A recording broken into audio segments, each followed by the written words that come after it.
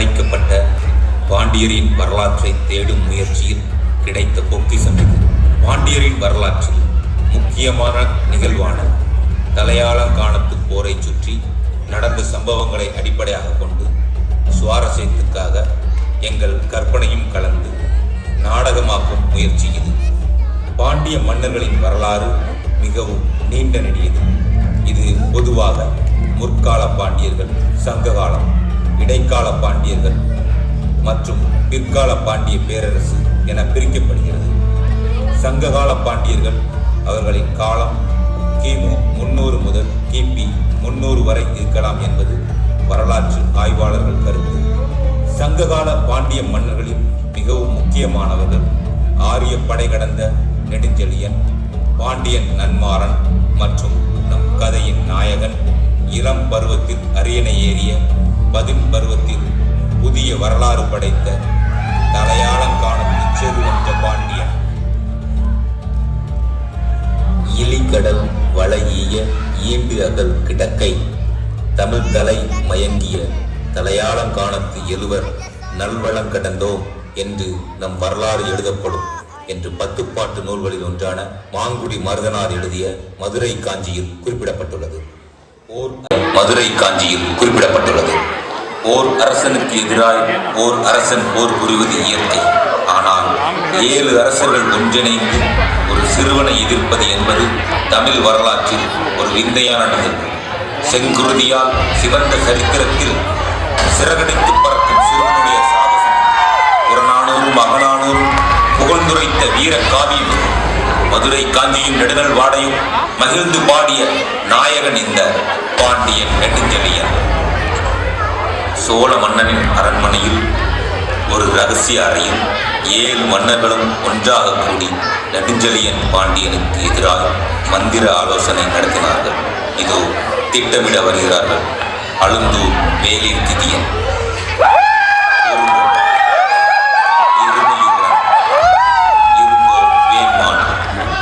தகடூரின் எரிணி, சேரமன்னன் யானைக்கண் சே மாந்திரஞ்சேர் இரும்பொறை, சோழ மன்னன் கிள்ளி வளவன்.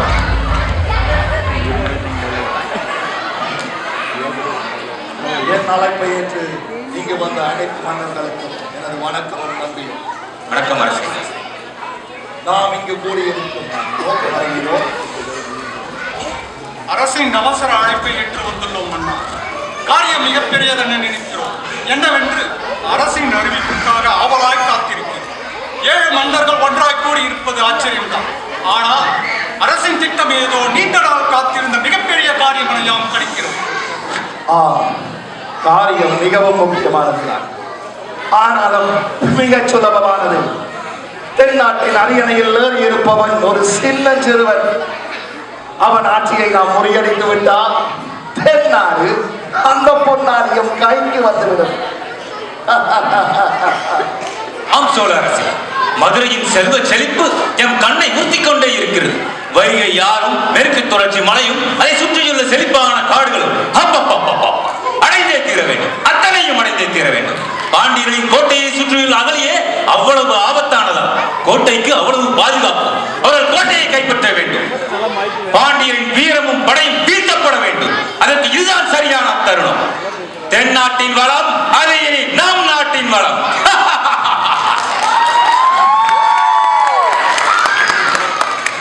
பாண்டியர்களின் கடல் வர்த்தகம் பிரபஞ்சம் முழுவதும் பரவி கிடக்கிறது. புகழ்பெற்ற அந்த வர்த்தகத்தை எப்படியாவது கைப்பற்றி அதில் நாம் கோலோச்ச வேண்டும். இம்முறை சிறுவன் நெடுஞ்செழியன் பாண்டியர்களிடம் வென்றால் பாண்டிய நாட்டின் வர்த்தக கள துறைமுகங்கள் மற்றும் மலை வளங்கள் அத்தனையும் நாம் கைவசம்.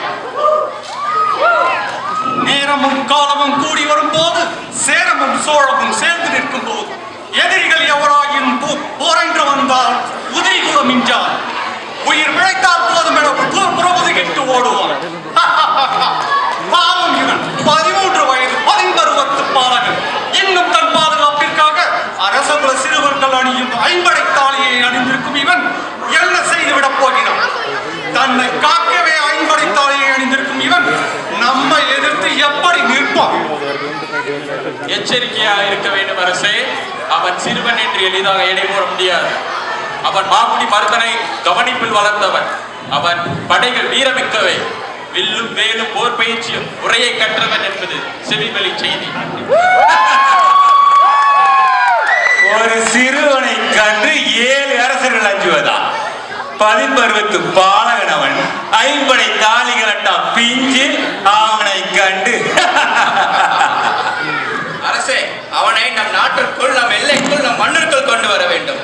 அவன் வந்து நம் காலில் வீழட்டும். பின்பு மதுரையும் அதன் அளவில்லா செல்வமும் நம் கைவசம். அதுவும் சரிதான் அரசே. எதிர்த்து நிற்பது சிங்கமாயின் அதன் குகைக்குள் சென்று அதனை வென்று வரலாம். இன்று இருப்பதோ சிறு குட்டி தானே. குட்டி நம்மை தேடி வரட்டும். வரவைப்போம் அரசே. அதற்கான திட்டத்தை நான் ஏற்கனவே வகுத்து விட்டேன். நாம் புலி பதுங்கி இருந்த காலம் முடிந்து விட்டது. பாயும் நேரம் வந்து விட்டது. நாம் பாய்ந்தால் எதிரிகள் பயத்தில் மண்டியிட வேண்டும். இல்லையே அவர்கள் மண்டையோடுகள் போர்க்களத்தில் பந்துகளை போல் உருண்டோடும். பாவம் சிறு புலியின் அகோர பசிக்கு இரையாக போகிறான். நீருக்குள் இருக்கும் வரைதான் மீனுக்கு வளம். தரைக்கு வந்தால் தடுமாற்றம் தான். இப்போது பாண்டிய மன்னன் தரையில் விழுந்த மீன் தானே. புலியை நுரமலுக்கு முன்னே தடுமாறிய மீன் தத்தளித்து தலை வணங்கிதானே ஆக வேண்டும். அது சரி அரசே, தங்களின் செயல் திட்டம் என்னவோ அதை நாங்கள் அறிந்து கொள்ளலாமா? அவனை சிறுவன், இளையவன், பால் மனம் மாறா பாலகன் என்று இழிவாக பேசிய செய்திகளை என் தூதுவனிடத்தில் அனுப்பிவிட்டேன். இந்நேரம் அந்த செய்தி அவனுக்கு கிடைத்திருக்கும். அவன் இள ரத்தம் கொதிக்க தொடங்கி இருக்கும். அனுபவம் இல்லா சிறுவன் எமை தேடி வருவான். எம் கையால் விழுவான். விண்ணுலகமும் செல்வான். பாவம் சிறுவன் தங்களின் சூழ்ச்சியில் சிக்கிக்கொண்ட சின்ன பின்னமாக போகிறான். வில்லும் புலியும் ஒருங்கே நிற்கும் போது மீனின் தலை பின்தெறியப்படும். அவர்களுக்கு துணையாய் நாம் மாய்வரும் அவர்கள் கருத்தை இன்னும் வலுப்படுத்துவோம். பாண்டியன் பதறி ஓடட்டும். இல்லையே நம் காலில் விழுந்து கதறட்டும். வெள்ளையியலா பேரரசனை எத்தளித்த பாண்டியன் இப்போது நம் கையிலால் வீரப்போகிறான். பாண்டிய பேரரசின் வீழ்ச்சியின் தொடக்கம் இது. பாண்டிய சாம்ராஜ்யத்தின் அடித்தளம் இதோடு தகர்க்கப்படும். பூத பாண்டியனின் வாரிசு நம்மிடம் வீழ்ந்தார் என்று நாளை வரலாறு சொல்லும். பாண்டியரின் கோட்டையும் அவருடைய வீரமும் இதோடு அடித்து நுழைக்கப்படும்.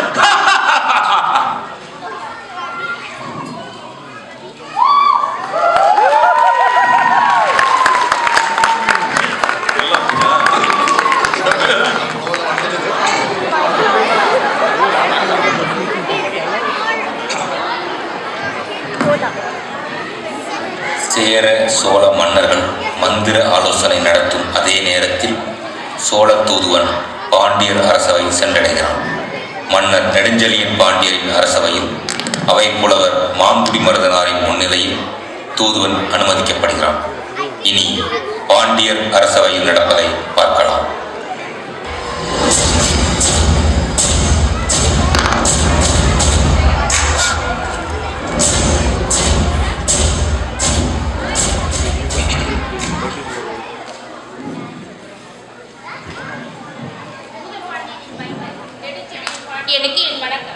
வணக்கம். வந்த செய்தி என்னவோ? சோழ மன்னர் அனுப்பி வைத்த தூதுவன் நான் அரசவையிலிருந்து தங்களுக்கு செய்தி கொண்டு வந்துள்ளேன். இளையவண்ணி பால்மணம் மாறா பாலகண்ணி பூதப்பாண்டியனின் மகனானாலும் எங்கள் 7 மன்னர்களை எதிர்க்கும் தகுதியும் இல்லை, திறமையும் இல்லை உனக்கு. உன்னோடு போர் புரிய எங்கள் மன்னர்கள் தலையாங்கானத்தில் காத்திருக்கிறார்கள். முடிந்தால் வந்து போரிடு, இல்லையேல் வந்து மண்டியிட்டு மன்னிப்பு கேள். உயிராவது மிஞ்சும்.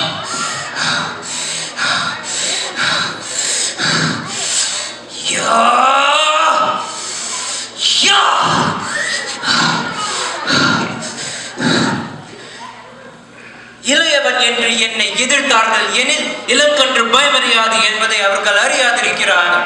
இளவை தளிர்க்கும் என் பாலின் கூர்மை அவர்களுக்கு தெரியவில்லை. அரசே, அறிவின் ஆற்றலும் பாலின் கூர்மையும் ஒன்றாக இருந்தால்தான் வெற்றி கிட்டும் அரசே. 7 வேந்தர்களும் ஒன்றாய் சேர்ந்தார்கள் பெரும் சக்தியாக மாறக்கூடும் அரசு. வீரம் மட்டும் இருந்தால் போதாது, சற்று விவேகத்துடன் கையாள வேண்டும். புலவரே, ஒரு சிங்கத்தை 7 நரிகள் சேர்ந்து எடுத்ததாக வரலாறு எங்கும் இல்லை. நான் பழைய மாறனிடம் போர் பயிற்சி பெற்றவன். மன்னா, தங்களின் வீரத்தையும் புத்தி கூர்மையும் யாம் அறிவோம். இருப்பினும் அரியணை ஏறிய உடனேயே இந்த போர் சற்று ஆபத்தானதோ என்றுதான் அஞ்சுகிறேன். அஞ்சுவதும் அடிபணிவதும் தளபதிகளே, புலவர்களே, நான் ஒரு சபதம் ஏற்றுள்ளேன். இன்று நம்முன் இருக்கும் சவால் சாதாரணமானதல்ல. 7 பெரும் அரசர்கள் சேர்ந்து நம்மை அழிக்க வந்துள்ளனர். நம் பாண்டிய நாட்டின் வரலாற்றையும் வீரத்தையும் அழிக்க துடிக்கின்றனர். அவர்கள் என்னை இளையவன் என்று நினைக்கிறார்கள். நான் அரியணை ஏறி சில காலங்களை ஆனதால் எளிதில் வீழ்த்தி விடலாம் என்று எண்ணிவிட்டார்கள் போல். ஆனால் அவர்கள் அறியாதது ஒன்று, நான் வெறும் மட்டுமல்ல, நான் பல்யாக சாலை முடுக்குடுமி பெருமழுதி பாண்டிய வீரம் மரபின் வாரிசு நான். என் ரத்தத்தில் பாய்வது வீரம், என் நாடி நரம்புகளில் ஓடுவது புகழ். என் மூதாதையர்கள் ஆசைகள் என்னோடு இருக்கின்றன. அதனால்தான் உங்கள் முன் என் உறுதிமொழியை அறிவிக்கின்றேன். இது சாதாரண உறுதிமொழி அல்ல, என் பற்றினா, என் உயிருக்கு நிகரான ஒரு சபதம். குறித்து வைத்து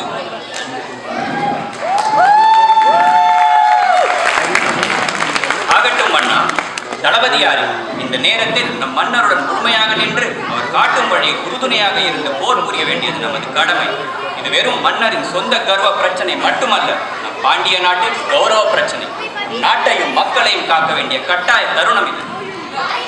நான்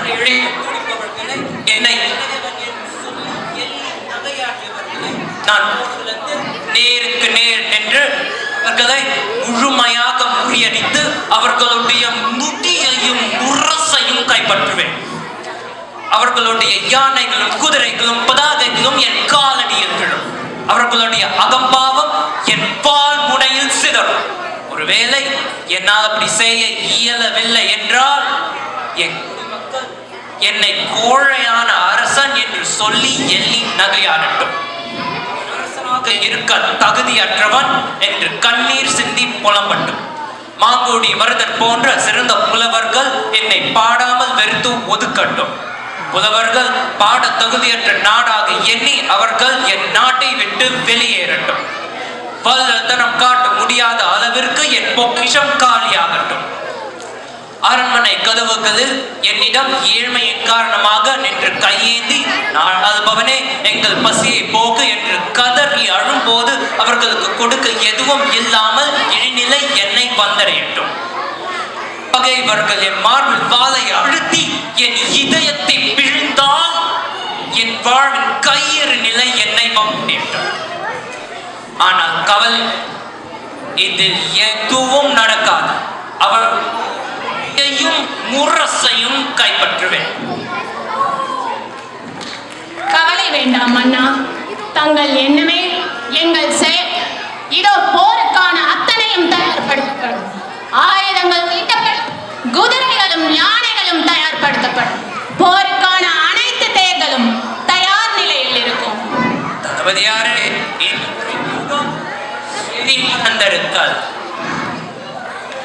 மிகச் சிறப்பான வியூகம் மன்னா.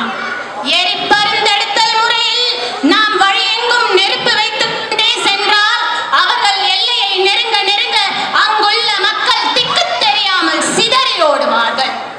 எதிரிகள் எதிர்பார்த்திருக்க மாட்டார்கள். அவர்கள் படைப்பின் வாங்கும். நாம் நமது வியூகப்படி முன்னேறி செல்வோம். 7 அரசர்கள் சேர்ந்து வரும்போது அவர்களை திணறடிக்க சிறப்பான வியூகம் மன்னா. பாண்டியர் படைகள்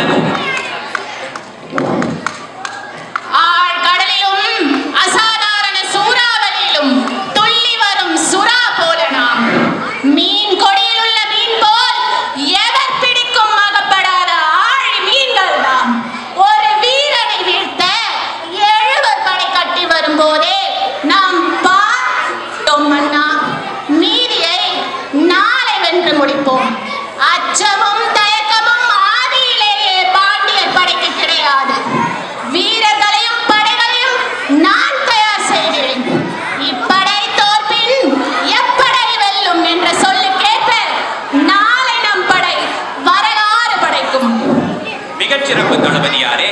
பாண்டியர்களுக்கு இனி என்றும் வெற்றி முகம்தான். தாங்கள் இந்த போரில் முன்னெடுக்கும் வீரமும் வியூகமும் நாளை வரலாற்றில் பொன்னெழுத்துக்களால் பொறிக்கப்படும். இளம் மன்னன் 7 மன்னர்களை எதிர்த்து களம் காண்பது இதுவரை வரலாற்றில் நிகழ்ந்திராத ஓர் விந்தை. நீர் தலையாலங்கானம் சென்று போர் புரிந்து அந்த 7 மன்னர்களை வென்றால் நீர் தலையாலங்கானத்து செருவென்ற பாண்டியன் என்று எல்லோராலும் போற்றப்படுவீர். கடல் சூழ்ந்த அகன்ற இந்த பூமியில் தமிழ் மன்னர்கள் ஒன்று கூடிய தலையாலங்கானம் என்னும் இடத்தில் பாண்டியன் நெடுஞ்செழியன் தன்னை எதிர்த்து வந்த 7வரை போரில் வென்றான். அவர்களின் முரசு மற்றும் வெண்கொற்ற குடைகளை கைப்பற்றினான் என்று நாளை வரலாறு எழுதப்படும். மிகச்சிறப்பு. விடியும் காலை வீரத்துடன் விடியட்டும். வெற்றிவேல் வீரவே.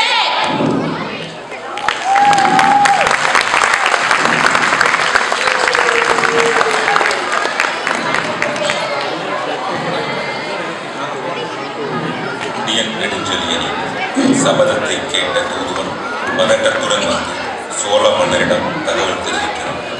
பாண்டியனை எதிர்கொள்ள சோழ மன்னர் கிள்ளிவளவன் தலைமையில் மற்ற மன்னர்களும் போருக்கு தயாராகிறார்கள்.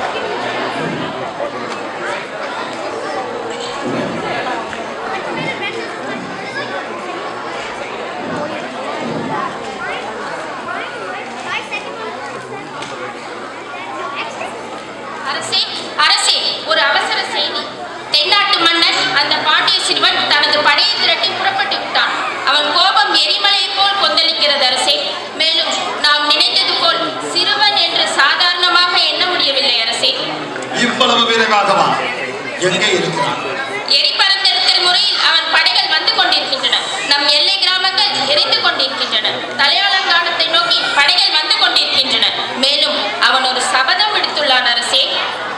சபலைப்பிள்ளை என்று நினைத்தும் சபதம் போடுகிறான் அவன்.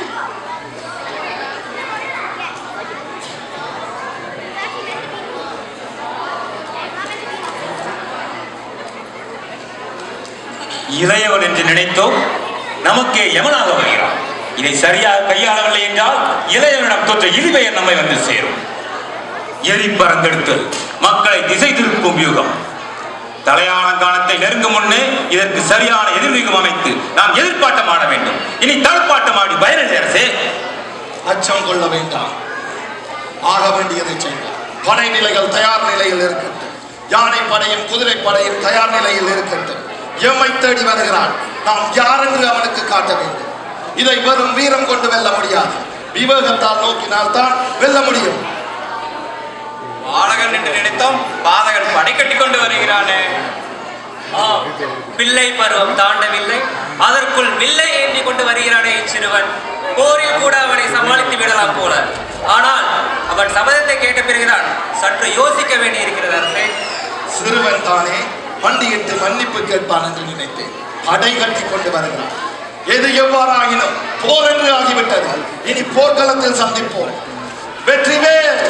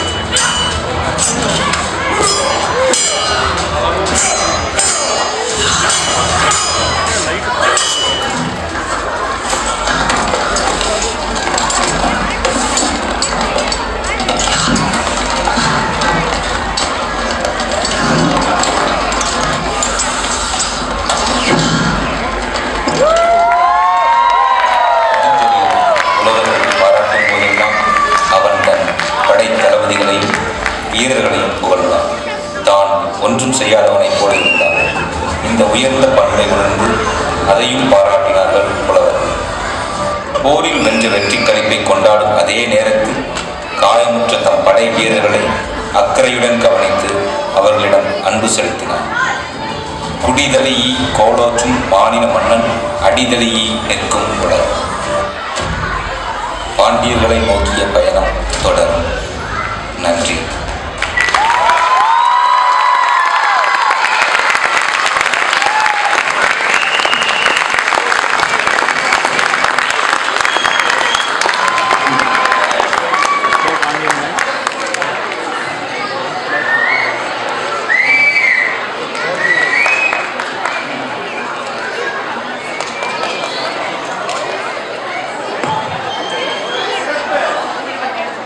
ஒரு